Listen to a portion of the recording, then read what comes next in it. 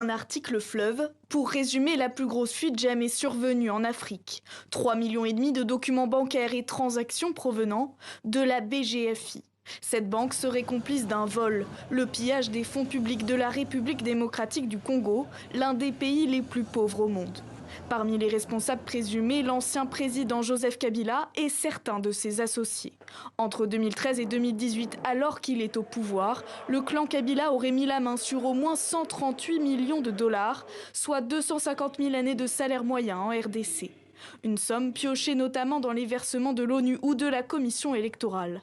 L'argent destiné au pays est détourné vers la BGFI, banque contrôlée par le frère et la sœur de Joseph Kabila. Tout est ensuite transféré dans cet ancien garage de Kinshasa sur les comptes d'une société écran.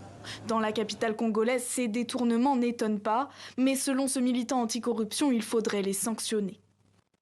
La justice doit s'en saisir pour déterminer si réellement ces fonds ont été détournés et au cas où c'est détourné, que toute cette masse d'argent soit reversée dans notre pays pour que le nouveau gouvernement puisse les affecter à des projets à impact social.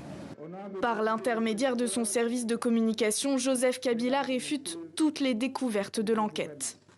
Aucune ligne de ce rapport ne démontre l'implication factuelle ou même implicite de l'institution qu'il a eu l'honneur de diriger pendant 18 ans. Sont citées une banque commerciale, des institutions nationales et des sociétés privées dont les responsables au moment des faits supposés sont identifiés et n'ont rien à voir avec la présidence de la République de l'époque.